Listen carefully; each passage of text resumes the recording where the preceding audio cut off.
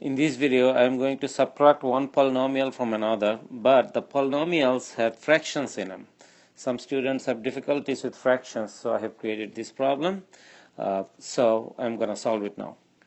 When we are subtracting a polynomial from another, we need to make sure that we distribute this negative. So negative is in front of this parenthesis, so it should be distributed to everything inside the parenthesis, which is the entire polynomial. So distributing the negative means you're multiplying everything inside the parenthesis by -1. However, the first polynomial, it just stays as it is because there is no negative in front of it. You just write it down as it is. But for the second polynomial, you have to distribute this -1 to every single term inside the parenthesis.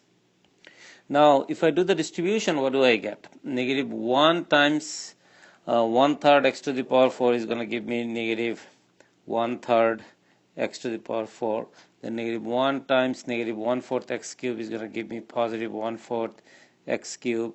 -1 times 1/3 x square is going to give me -1/3 x square.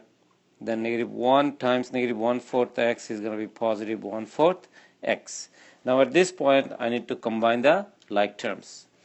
Let's look at the first term, -1/2 x to the power 4, -1/3 x to the power 4. If I combine them, I should get the following. So -1/2 minus 1/3. So that's where a lot of students struggle how to simplify it.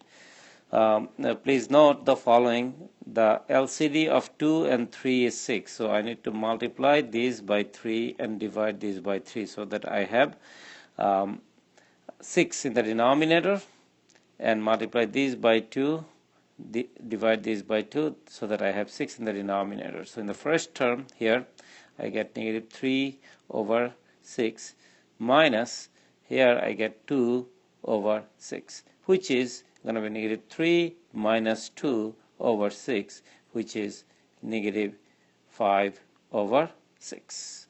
So it's going to be -5/6 x to the power 4. Now let's go ahead and look at the second term, cube term, 3/4 x cube and 1/4 x cube. So this one is rather easy, 3/4 plus 1/4, which is, by the way, 3 plus 1/4, which is 4/4, which is just 1. So if I combine this one and this one, I'm going to get just x cube.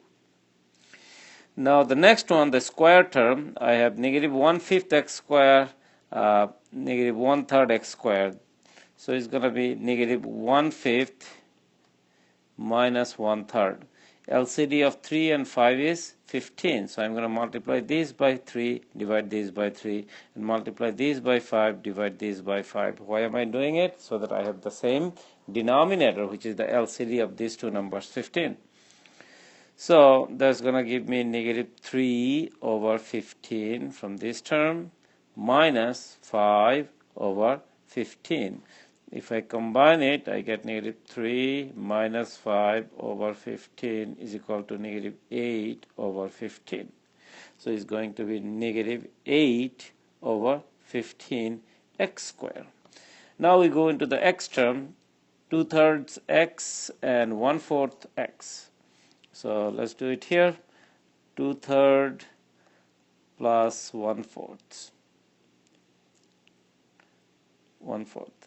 Now LCD of 3 and 4 is 12, so I'm going to multiply these by 4, divide these by 4, and multiply these by 3 and divide these by 3. So I'm going to have 8/12 plus 3/12, which is, by the way, 8 plus 3, 11/12. So it's going to be 11/12x. And then there is no constant term in this one, so there is only one constant term, -1. So that's what it is. So if you do this subtraction of polynomials, this is what you get. That's your final answer.